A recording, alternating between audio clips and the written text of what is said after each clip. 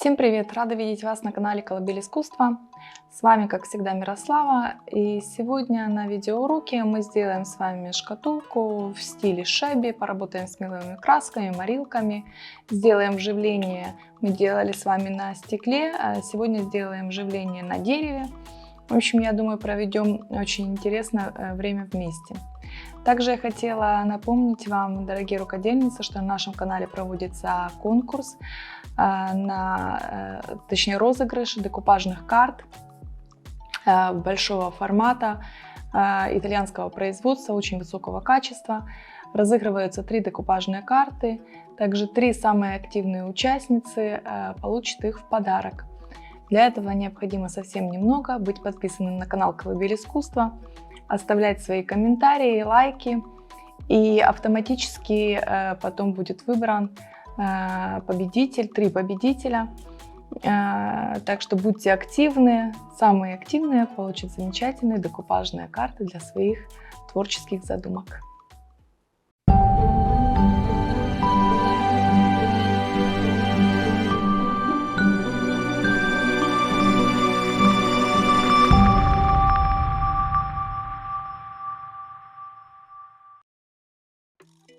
Итак, к сегодняшнему видеоуроку. Будем работать на дереве, как вы уже понимаете. Еще раз подчеркну, мой любимый производитель. Я ему безумно благодарна за качество, высокое качество его работы, за то, что никогда никаких проблем с заготовками у меня не было. Они идеально сделаны. Работать одно удовольствие. Поэтому, пожалуйста, если вам необходимы деревянные заготовки, я рекомендую, безусловно рекомендую. Где можно их приобрести, ниже под видео, как всегда, ищите, там будет обязательно ссылка.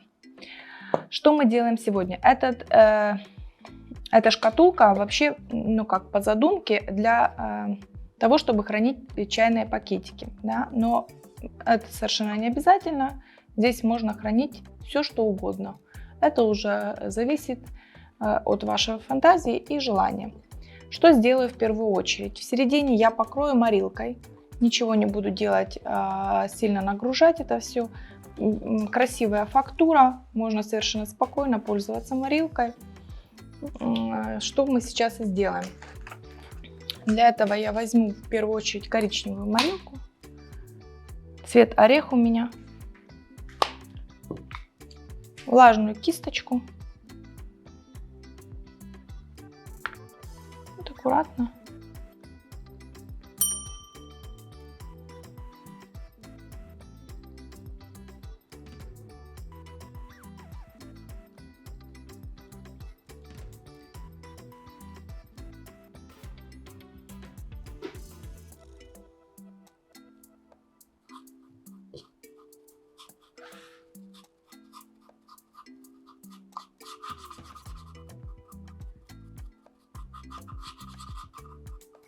Так, мы покрыли середину шкатулки морилкой коричневой. Видите, как замечательно получается, да, видна фактура, красивый цвет. Но я еще подсохнет немного коричневый, я добавлю немного белой морилки, чтобы разбавить, он не был таким темным, немножко такой легкости добавлю поверхности. Также напоминаю, что были мастер-классы у нас, где мы делали морилки из меловых красок. Кто не видел, кто смотрит впервые и хотел бы научиться этой технике, пожалуйста, переходите по ссылке. Это мастер-классы Лукошка, и мы делали такие подставки под горячие или для подачи, тоже большой и маленького формата. Круглые такие заготовочки использовали. Также там есть морилки из меловых красок. Поэтому, пожалуйста, выбирайте, если у вас нет в наличии дома готовых морилок, совершенно спокойно можно воспользоваться меловыми красками. Пока высыхает середина шкатулки, после нанесения морилки, я покрою сверху всю шкатулку грунтом. Обычный грунт на водной основе, универсальный.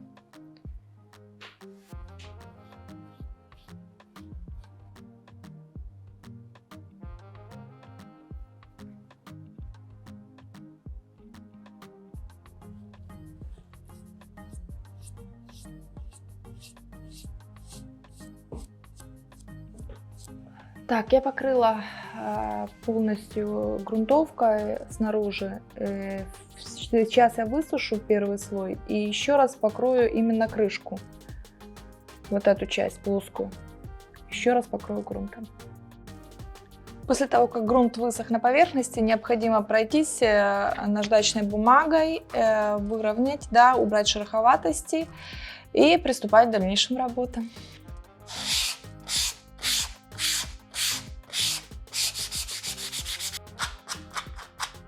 Так, следующий момент. Я убрала всю пыль, прошлась наждачкой, убрала всю пыль, все, шкатулка готова к работе.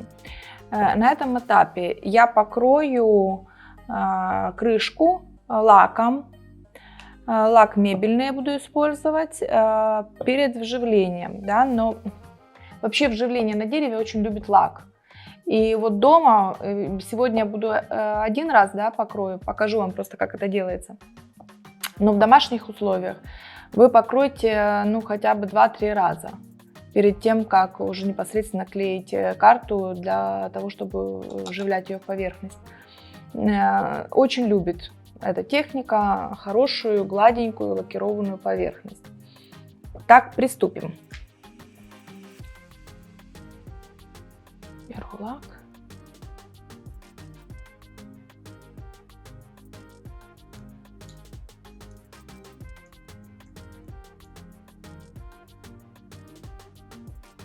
Так, отлично. Пусть подсыхает, точнее высыхает хорошо первый слой, а тем временем середина тоже подсохла, да, с морилкой с коричневой. Сейчас я пройдусь белой морилкой сверху, чтобы немножко разбавить, добавить легкости, винтажности поверхности.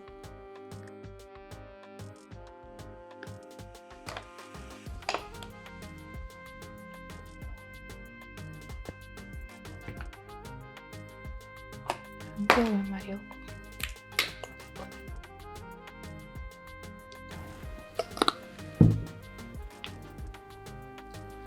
Прям слегка.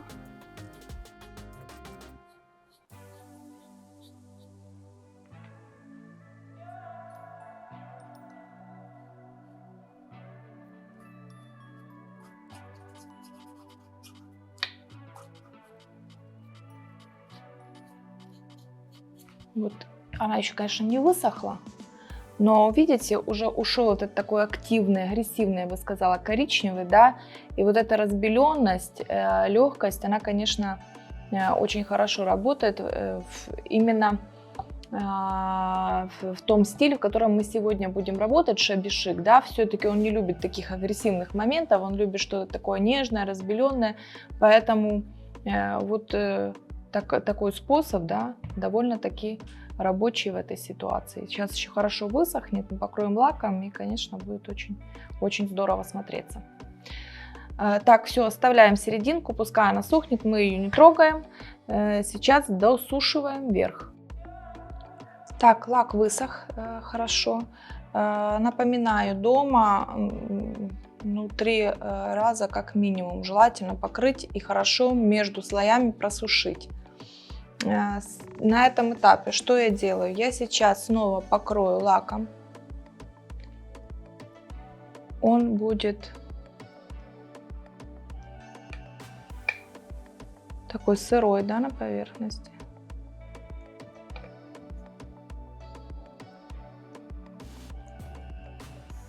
Так, есть.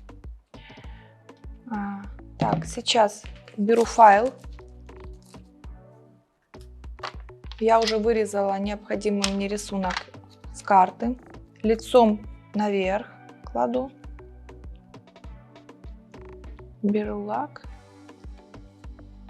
Прям бояться не надо. Хорошенько, так жирненько. Покрываю. Ваша задача состоит в чем? Чтобы лак не попал на другую сторону, которая без картинки. Вот это вот прям нежелательно. Поэтому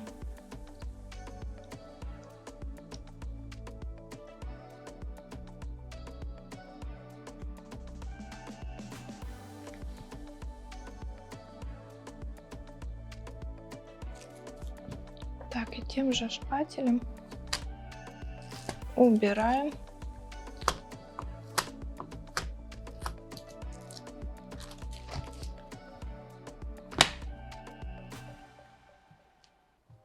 Все, оставляем высыхать. Дома, опять-таки, все это лучше сушить в естественных условиях. Не торопиться, не помогать себе феном.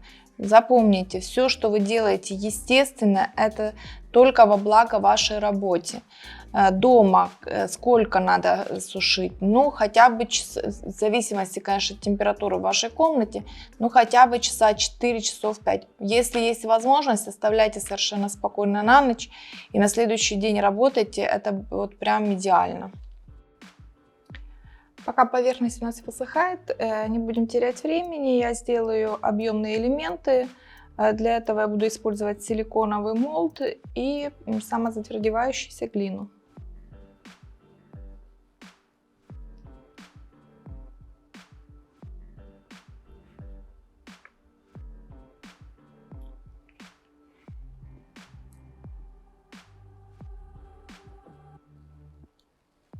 Так, наш цветок готов. Пусть он немножко схватится, да, придет в себя. Так, карта на поверхности высохла. Сейчас я увлажню. Вам понадобится емкость с водой. И вот пальцами аккуратно, торопиться не надо, понемногу. Как бы скатывайте вот этот верхний слой белой бумаги.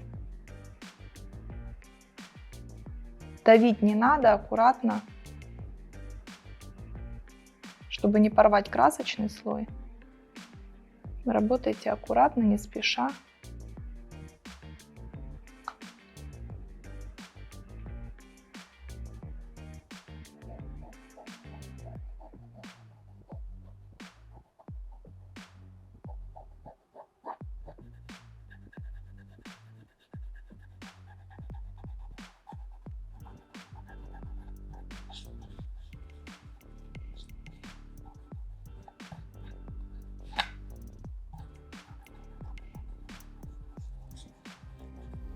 О, посмотрите, какая красота получается.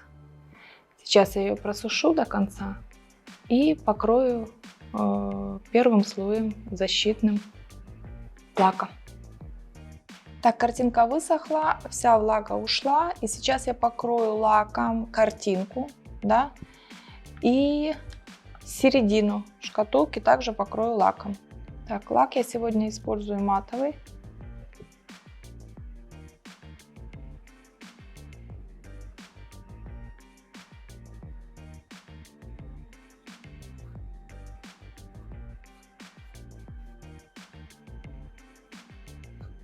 Сушим. Так, сейчас я приклею объемные элементы к поверхности. Для этого я использую клей ПВА строительный.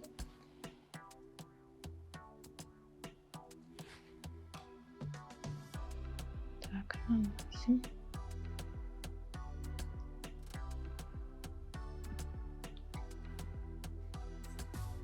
Все, сейчас я немного подожду, пусть высохнет клей.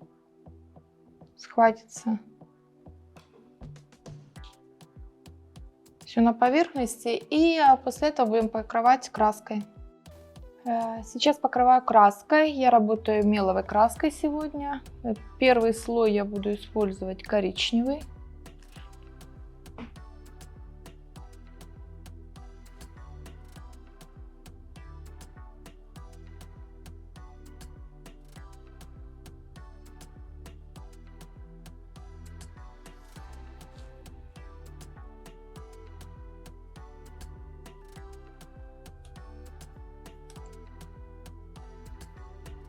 На этом этапе я выделю красиво цветы, да, на объемных элементах, выделю некоторые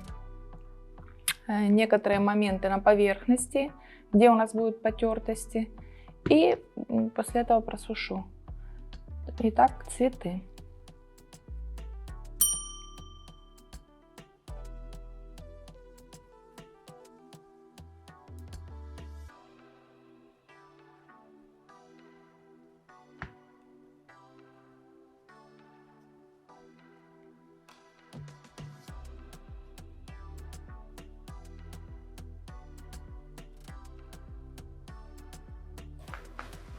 Так, все, сушим.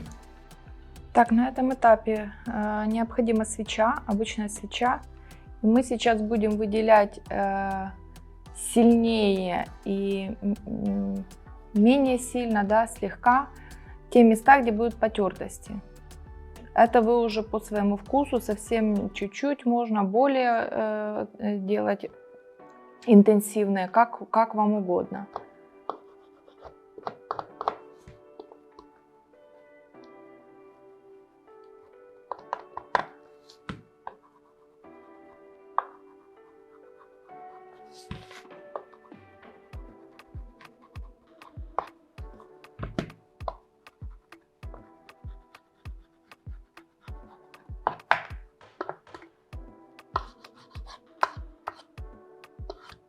Я пройдусь вот так слегка по поверхности, то есть на уголочке я более сильно делаю, да.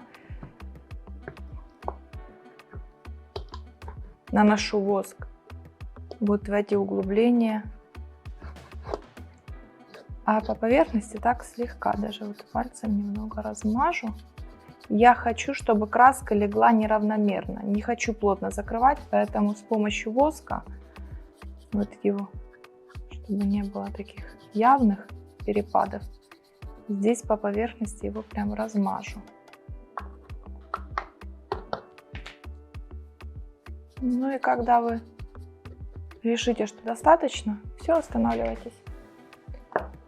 Затем с помощью сухой кисти, жесткой щетиной, убираем крупицы воска, которые остались на поверхности. Берем краску белую, кисточки, взбалтываем. Не забывайте меловые краски. Обязательно необходимо взболтать перед применением. И сейчас будем покрывать всю поверхность белой краской аккуратно.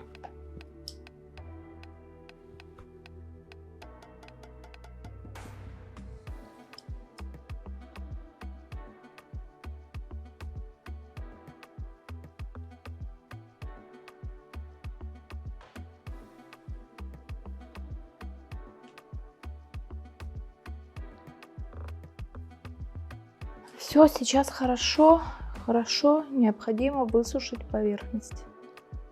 Ну что, переходим к самому интересному, делаем потертости. Для этого я буду использовать два вида наждачной бумаги. Одна немного пожестче, другая совсем мелкое зерно. Та, которая пожестче, вот где уголки,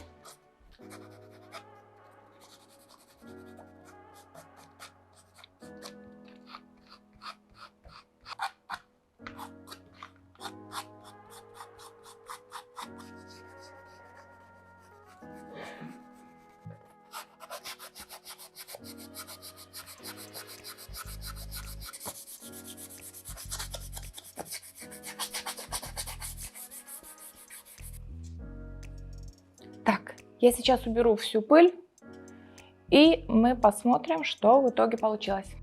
Так, пыль я убрала. Сейчас украшу, выделю точнее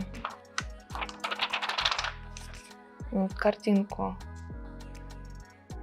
жемчужинами. У меня такие жемчужины на клеевой основе. Это совершенно не обязательно, по желанию. Мне кажется, что они к месту. В этом стиле они даже очень приветствуются. И хорошо разбавляют, украшают изделие.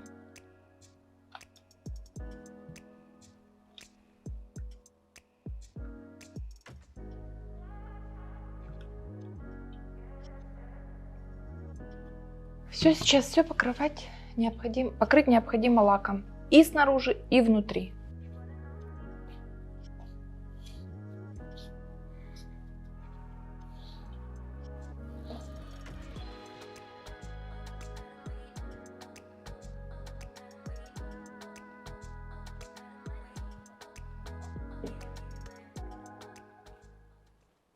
Дорогие рукодельницы, подошел к завершению сегодняшний видеоурок, на котором я сделала шкатулку в стиле шаби-шик. Я работала меловыми красками, эта техника вполне применима для акрила. Немного по-другому это будет выглядеть. Я обязательно сделаю с вами шкатулку с акрилом в стиле шабишик, чтобы вы могли сравнивать и выбирать для себя более подходящий вариант. Также мы внутри покрыли морилкой, да, шкатулку. Морилки можно делать из меловых красок, мы с вами их делали. Ищите в предыдущих видео мастер-классы с лукошком и с подставками под горячие. Также, что еще мы сделали? Объемные элементы, украсили.